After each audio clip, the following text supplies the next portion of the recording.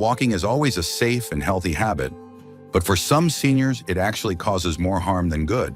That may sound surprising, especially when so many doctors recommend daily walks to stay active and maintain mobility. And in most cases, walking really is a fantastic habit. But not always. There are certain situations, specific health conditions, recovery stages, and hidden risks, where walking too much or walking the wrong way can make things worse instead of better. This isn't fear-mongering.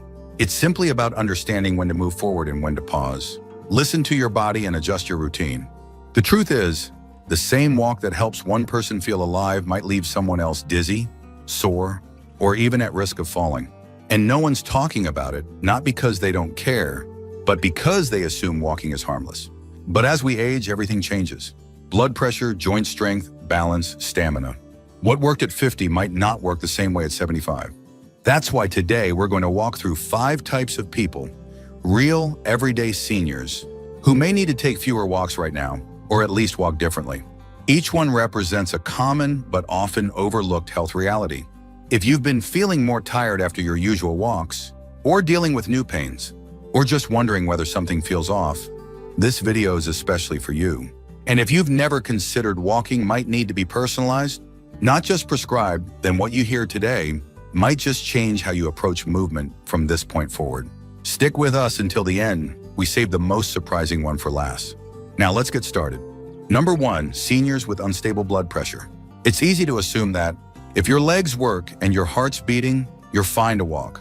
But for seniors living with unstable blood pressure, whether it spikes suddenly or drops without warning, a simple walk can quietly turn into a serious risk. That's because when blood pressure isn't well regulated, walking can place stress on the cardiovascular system in ways that aren't always obvious in the moment. You might feel lightheaded. You might notice your vision blurring just for a second, or you might not notice anything at all until you find yourself sitting on a curb or catching your breath against a wall, wondering what just happened. What makes this even trickier is that unstable blood pressure often hides behind daily routines.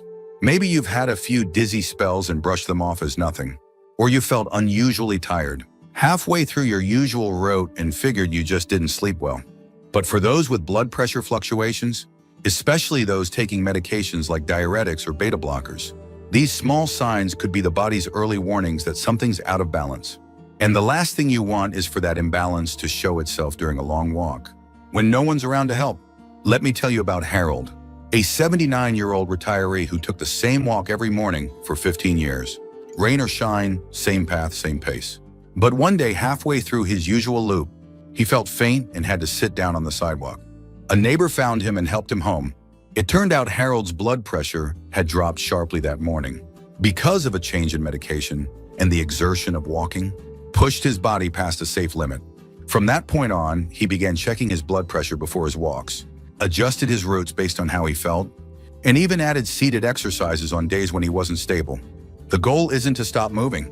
The goal is to move with awareness, to understand that your body isn't working against you, it's trying to protect you. If you've noticed your heart racing faster than usual, or your steps feeling less steady, it's worth having a conversation with your doctor. They may suggest walking indoors, choosing flatter terrain, or even walking with a friend. These adjustments don't mean you're getting weaker. They mean you're getting wiser. Number 2, seniors with advanced joint degeneration. Not all pain is a sign to stop, but some pain is a very clear message that your body needs something different.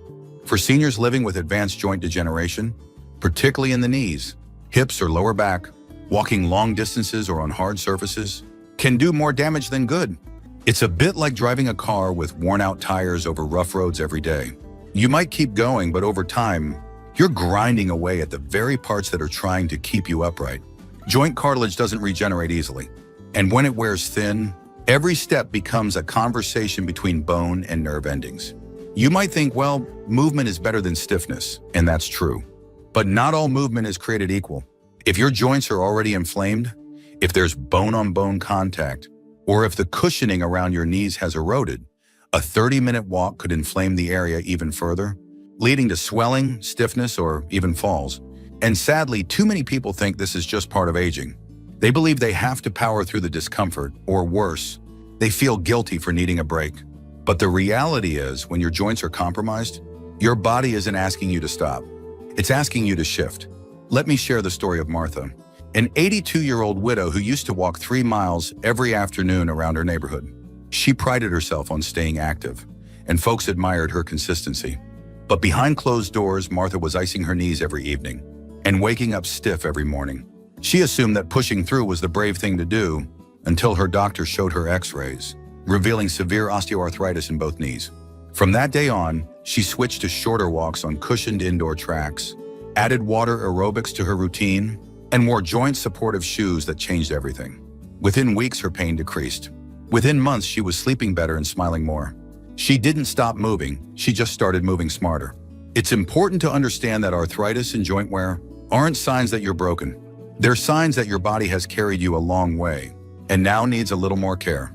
If walking leaves you aching for hours afterward, or if you feel grinding, locking, or burning sensations in your joints, that's your body waving a flag, and it's okay to respond. There are so many low-impact alternatives: cycling, swimming, chair yoga, stretching, that keep your joints happy without wearing them down. Walking should bring life to your steps, not take life out of them. If that's not your experience right now, there's no shame in making a change. Longevity isn't just about moving forward. It's about knowing when to ease up, when to listen in, and when to walk a little differently than you used to. If you're still watching this video and finding these insights valuable, please comment number 2 below to let me know you're here. And if you haven't subscribed yet, I recommend you subscribe and turn on the bell so you don't miss any videos. Your support helps us continue creating good content to inform and inspire you. Now let's move forward. Number 3, seniors recovering from recent surgery. There's a kind of impatience that comes after surgery, not out of recklessness, but out of hope. You want to return to normal. You want to get back to your routine, to your independence, to your strength. And for many seniors, that means going back to walking. But when your body is still healing, especially after operations involving the spine, knees, hips, or even abdominal organs, jumping back into your old walking habits too soon can quietly reverse your recovery. What feels like a slow stroll to your mind might feel like a hammer to your healing tissues. Post-surgical recovery is not just about scars closing. It's about ligaments, muscles, and nerves relearning their function. And if you walk before your core strength has returned, before your balance has stabilized, or before inflammation has settled, your body will absorb that strain somewhere, and it often chooses the weakest point. That's why so many older adults who resume walking too quickly after surgery end up back in the hospital with pain, fatigue, or complications that were entirely avoidable. The hardest part? They were trying to do the right thing. They thought movement meant progress, but in truth, they needed rest, guidance, and gradual re-entry. Let me introduce you to Frank, a 74-year-old who underwent lower back surgery after years of discomfort. His surgeon told him to take it easy for a few weeks, but Frank, being the stubborn and well-meaning man he was, didn't want to lose the walking habit he'd built. So he started walking short distances within days of coming home. At first, he felt fine, but by the second week, he noticed shooting pain down his leg and a sense of instability he hadn't felt before the operation. His doctor later explained that he had strained the surrounding muscles before they had time to re-engage. What Frank thought was a noble return to form ended up delaying his full recovery by months. The body after surgery is like a house after a storm. You don't move furniture back in before checking the foundation. You take your time. You go room by room. And when doctors recommend physical therapy, they're not just trying to fill your schedule. They're giving you tools to walk again with stability, strength, and confidence. The truth is, your muscles remember, but only if you give them time to rebuild. And pushing too soon doesn't make you strong. It makes you vulnerable. If you've recently had surgery, or even if it's been a few months, don't assume your old pace is the right pace now. Ask your care team what's safe. Listen to your breath, your balance, your fatigue. Every step counts, but only if it's part of a larger plan. Healing isn't about how fast you return. It's about how well you return. And sometimes that means walking less so you can live more. Number 4, seniors with peripheral neuropathy. There's a strange kind of betrayal when your own feet stop sending the right signals to your brain. You might feel numbness, or tingling, or like your socks are bunched up when they're not. That's peripheral neuropathy, the gradual loss of nerve function in the feet and legs. And for seniors dealing with it, walking becomes a very different experience. What used to feel natural starts feeling uncertain. The ground feels uneven. The toes don't always cooperate, and balance becomes something you have to think about. not something your body does automatically. Peripheral neuropathy doesn't just make walking uncomfortable, it makes it dangerous. When your feet don't sense pressure or pain clearly, it's easy to step on something sharp and not notice. It's easy to misjudge a curb or stumble on a crack in the sidewalk. And since many seniors already have slower reflexes, a missed signal can lead to a twisted ankle, a scraped knee, or a fall that changes everything. You might try to compensate by staring down at your feet while you walk, or by taking shorter steps. But that kind of hyper-awareness can exhaust you, both physically and mentally. Let me tell you about Susan, a 70-year-old retired nurse who had lived with type 2 diabetes for decades. She always loved her evening walks, especially at sunset. But over time, she noticed a tingling in her feet that turned into full-on numbness. She stumbled twice in 1 week, nothing major, but enough to shake her confidence. Her doctor confirmed it was peripheral neuropathy and warned her that walking on uneven paths could put her at risk for serious injury. Susan didn't want to give up her walks, so she made some changes. She switched to indoor walking at her local gym, where the floors were smooth and well lit. She added ankle-strengthening exercises. She even got shoes with extra support and a wider base. Walking stopped being risky and started feeling safe again. It's important to understand that peripheral neuropathy isn't just about the nerves. It's about how your brain and body stay connected. When that connection is weak, everything slows down: your reaction time, your balance, your instincts. And if you ignore the signs, hoping they'll go away, the risks only grow. But if you adjust, if you adapt, you can still move through life with dignity and security. If walking feels shaky, if your feet aren't giving you the feedback they used to, it's not a failure. It's a signal. A gentle tap on the shoulder reminding you to modify, not stop. Maybe that means using a cane. Maybe it means walking with a partner. Maybe it means shorter, more mindful walks. But it doesn't mean giving up. The goal is not just to walk, it's to walk without fear. If you're still watching this video and finding these insights valuable, please comment number 4 below to let me know you're here. And if you haven't subscribed yet, I recommend you subscribe and turn on the bell so you don't miss any videos. Your support helps us continue creating good content to inform and inspire you. Now let's move forward. Number 5, seniors with unexplained fatigue or shortness of breath. There's tired, and then there's something else. A kind of fatigue that doesn't go away after rest. A shortness of breath that shows up too early, even during light activity. If you're a senior who's been feeling unusually winded during short walks, or if you've noticed a kind of deep exhaustion that lingers well beyond your steps, it might be time to pause and take a closer look. This isn't just about being out of shape.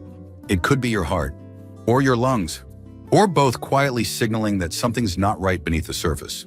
Too many older adults push past these symptoms, chalking them up to age, weight, or just having a bad day. But when breath becomes shallow, when your chest feels tight, or when your pulse races after a simple stroll, your body isn't being dramatic, it's asking for help. Unexplained fatigue or breathlessness during walking can be early signs of heart failure, atrial fibrillation, chronic obstructive pulmonary disease, or even silent anemia. And the trouble is, these symptoms don't always show up at the doctor's office. They appear when you're out in the real world, doing things like walking to the mailbox or around the grocery store. Let's talk about George, an 81-year-old man who always considered himself active. For years, he walked the perimeter of his local park every morning. But slowly, he began needing to stop halfway. Then he needed to sit down. Then he stopped going altogether. At first, he thought he just needed to push through. But after a routine checkup and a few follow-up tests, his doctor discovered he had undiagnosed heart valve disease. It wasn't severe yet, but it would have been had George not paid attention to those early signs. With treatment, dietary adjustments, and a modified walking plan, he not only regained his stamina, he regained his confidence. What your body tells you during a walk is worth listening to. If your chest feels tight, if your breath shortens quickly, if your legs feel like lead, don't ignore it. These aren't signs of laziness. They're signs of something deeper. And pretending they're not there won't make them go away. But asking your doctor about them just might catch a problem early, before it grows into something larger. It's okay to slow down. It's okay to rest. And it's more than okay to say, something doesn't feel right. Because the sooner you speak up, the sooner you get to walk with peace of mind again. Not in fear, not in confusion, but with trust in your body and the support it needs. Final thoughts. Walking is one of the most natural things we do. It's how we explore the world, stay active, clear our minds. For many seniors, it's a lifeline, a way to stay connected to their community, to their routine, into a sense of independence. But just because walking is simple doesn't mean it's always safe. And just because it's usually helpful doesn't mean it's right for everyone all the time. What we've shared today isn't meant to scare you away from movement. It's meant to invite you into a deeper kind of care, a care that listens, a care that adapts, a care that honors where you are right now, not where you used to be. Maybe you saw yourself in one of these 5 people, or maybe you saw someone you love. If that's the case, don't jump to conclusions, but don't ignore the signs either. Talk to a healthcare provider who understands your history. Take the time to explore safer ways to stay active, ones that protect your joints, support your heart, and respect your healing. Movement is important, but thoughtful movement, that's how we live longer, stronger, and with fewer setbacks. And remember, adjusting your walking habits isn't giving up. It's growing up. It's wisdom in action. It's what happens when we stop comparing ourselves to our past and start paying attention to what our present is trying to say. Whether you're recovering from surgery, managing a chronic condition, or just feeling off lately, know this: there's no shame in stepping back, reassessing, and walking a new path. Sometimes fewer steps mean more life. Thank you for joining us today. We'd love to hear from you. Leave a comment below and share one thing you learned today and how you plan to use it in your life. Your thoughts are important to us, so don't hesitate to share them. Reading your comments gives us great motivation and encouragement.